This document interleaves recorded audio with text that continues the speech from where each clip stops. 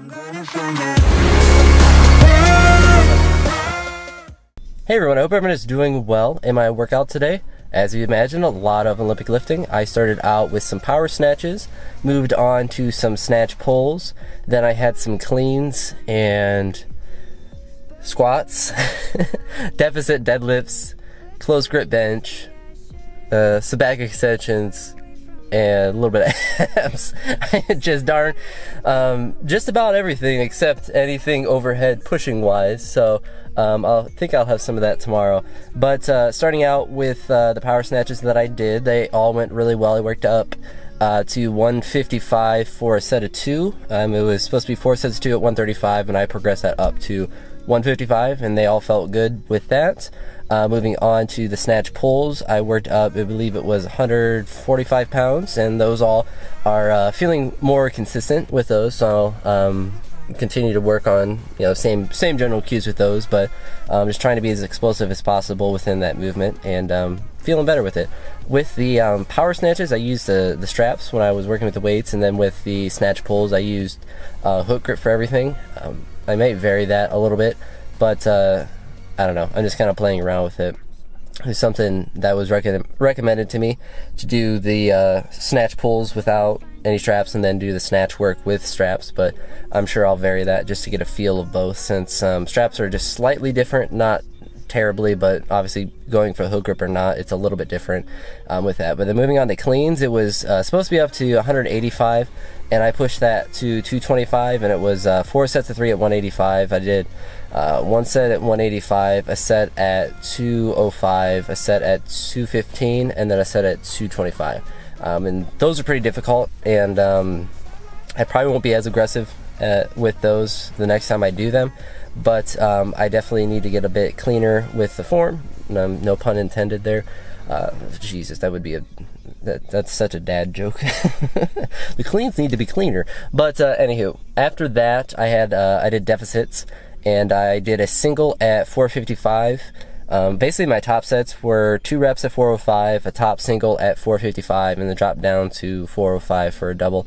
Again with that, they all moved well. Just increased range of motion is very difficult to do, and if you notice, I'm using my weightlifting shoes for all the deadlift stuff I'm doing. I'm going to continue to do that for the time being, partially for convenience sakes, and also I think it makes the deadlifts a little bit more difficult, and it keeps it more specific to what I'm doing, the weightlifting stuff.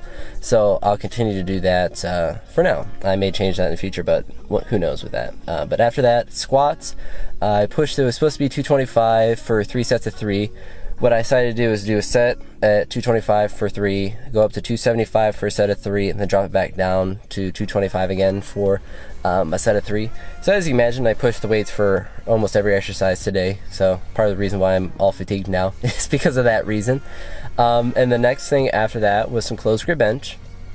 I had generally trying to linearly progress the volume that I'm doing up to the top singles, and I'll have to readjust the next time I do it, seeing how I'm kind of getting to the plateau that I expected to get to. But I did 4 sets of 5 with 225, 4 sets of 5 with 255. One of the sets I only did 4 just because I just couldn't do 5. It was just kind of misgrooved on 1, or just got fatigued or whatever.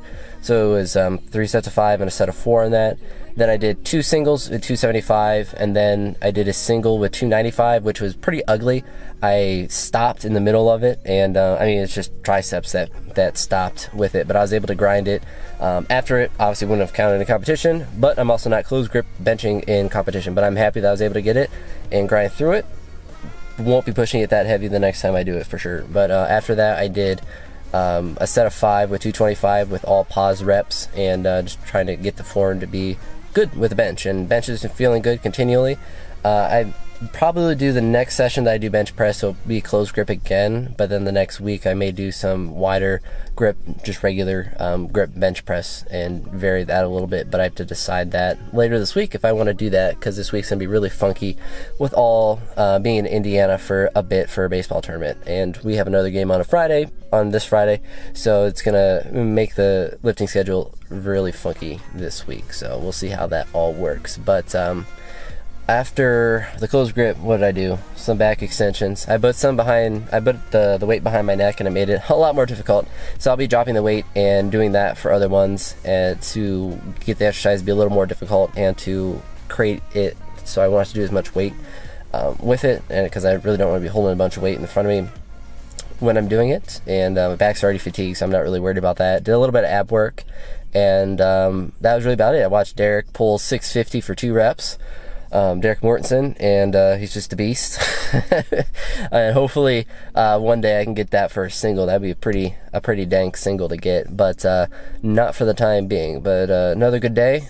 Tomorrow won't be pushing it with any extra stuff. If I do any extra stuff, it'll be stuff like arms, but continuing to hit the weights hard and put in a lot of work. But hopefully it's all paying off. If I find the fatigue is getting the best of me, then I'll dial it back for a little bit, do a deload week or something. But if I can push it now, I'm going to keep pushing it and see how far I can go before things stop working. So yeah, that's about it for this video. So let me know what you think in the comments down below, and stay tuned for, I believe, the second part, which I recorded yesterday. So it will be an awkward jump to that part. But if you only like to see the workout stuff, then leave your comments down below, or hate mail. I'll talk to you later. Peace.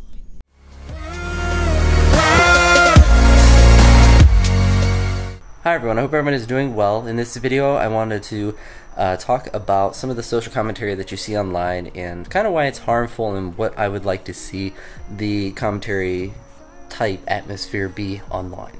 Now, the internet is a very great thing. You're able to hear voices from anyone that has an internet connection, which is just about anyone in today's world, which is I think a very great thing. But one of the things that it does is that it inundates the marketplace of ideas with a myriad of ideas. And most people, if you think about in terms of politics, most people are in the middle just by the simple fact of a bell curve. Most people aren't on the far left, most people aren't on the far right, they're somewhere in the middle.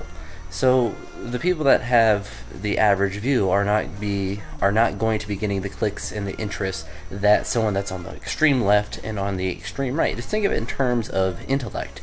Someone like Albert Einstein, that's far right on the bell curve, gets a lot more attention than someone that's just like, yeah, you're pretty smart, but it's not anything special. And that's the same thing that happens with politics online, with various commentaries that is happening.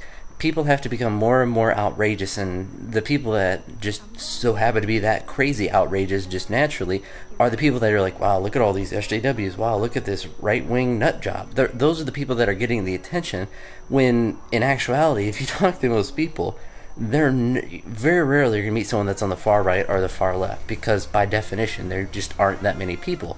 Most people are in the middle at some point, or they're people that are just like, I don't know, just kind of this, kind of that, but they don't really know. They're not hardliners one way or the other. And the facade that is brought up online is that the political spectrum is really that much of a dichotomy. And online it really probably is, because the people that are most interested in politics are going to be people that have, you know, some position that they want to argue, and people on the far right and the far left are people that have a position from which they want to argue that their worldview is correct in some sort of way. But this is harmful because then it presents a false view of America, saying, well, you have these people on the far left and the people on the far right, and they're just two halves of America on these two crazy sides, when really most people are kind of in the middle in some sort of way. And obviously those kind of people are always going to be getting the attention because they're interesting, because when a dog bites a person, it's not interesting, but when a person bites a dog, that's a lot more interesting. So that sort of news will always be the kind of things that are interesting to people. It will be getting the clicks and the ads and all of that sort of stuff. But in terms of actual politics, because the internet is an actual politics, when people are actually talking about ideas, they should figure out what most people think, in sort of a populist type way, but think about what most people think and work from that position, and ignore the people on the fringes, because they aren't going to be swaying any votes unless they're given some sort of platform, which I think happened a lot in this last election, is that you had the extremes on both sides being presented as the normal view, when they just simply aren't. Most people are in the middle, and that's oddly enough, were both politicians kind of lined up. They weren't that far apart. They had some different nuances in their policy that were vastly different, but generally they were kind of close to the middle. You didn't have someone that's like a libertarian on one side and someone that's a communist on one side. Some people might say that with Hillary, or say something equally stupid about Trump like that, but it wasn't that big of a dichotomy. They were both idiots. They were pretty common in a lot of different ways. But online, you would think the opposite, that Hillary was a communist, Trump is a racist, sexist, homophobe, or something, some nonsense like that. You would think these horrible things about both people, and really you spend no time actually discussing what they actually think, which isn't that radical, either one of them. Obviously, some of them have bad ideas. Most people have bad ideas. But those ideas, why discuss them when you can say, well, Trump's racist, he hates blah, blah, blah, Hillary's emails, blah, blah, blah. You have all the focus on the wrong things. And now if, Trump was directly racist, someone that is significant. If Hillary did something illegal, that is equally, or not equally, but it's significant in an equal sense on her side. Those things should be talked about, but the policy should also be talked about, and that just really isn't.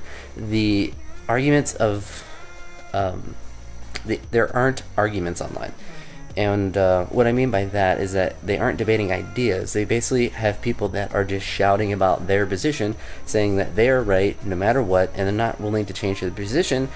And you can't really blame people, because the other side is not presenting an argument for them to change their minds. They are just saying, you're wrong, you're gross, you're racist, blah, blah, blah. Neither side is presenting an argument from which to argue from or to change people's minds. And that's the hard part of looking for political commentary online, is finding the people that are actually having those discussions and not being so polarized, saying, well, Ben Shapiro's on the right, I can't listen to him, or David Pakman's on the left, I can't listen to him. Being able to listen to people with diverse views allows you to kind of nuance yourself, so then you realize what you think in a more in-depth sense, and be able to actually say, well, I actually think this a little bit different, but definitely not Ben Shapiro, or I'm definitely not David Pakman on that one. You can find how you feel in different positions, and you can be more nuanced. And I don't see a lot of people doing that, either because of lack of interest, or because they think the political spectrum is so varied that they have to pick one side or the other. And I really don't think people have to do that, nor should they do that, because most people, like I said, are not on one side of the spectrum or the other. But I don't know. I just think politics is kind of silly right now, and I think the internet is exacerbating any sort of issue, any issues that we have within the political spectrum or within the political sphere that we have now. Would those issues still be here without the internet? Probably not to the same extent. I definitely think the internet's a huge part of creating this facade of a divide that we have as Americans. And if we really had that big of a divide, the country would be in shambles. And I just walked outside a little bit ago, and it was all holding together, at least somewhat decently where I am. So I'm going to assume that most of the country is not in civil war, but who knows with all that. But let me know what you think in the comments down below, and I hope you all have a wonderful day. Peace. You win some, you lose.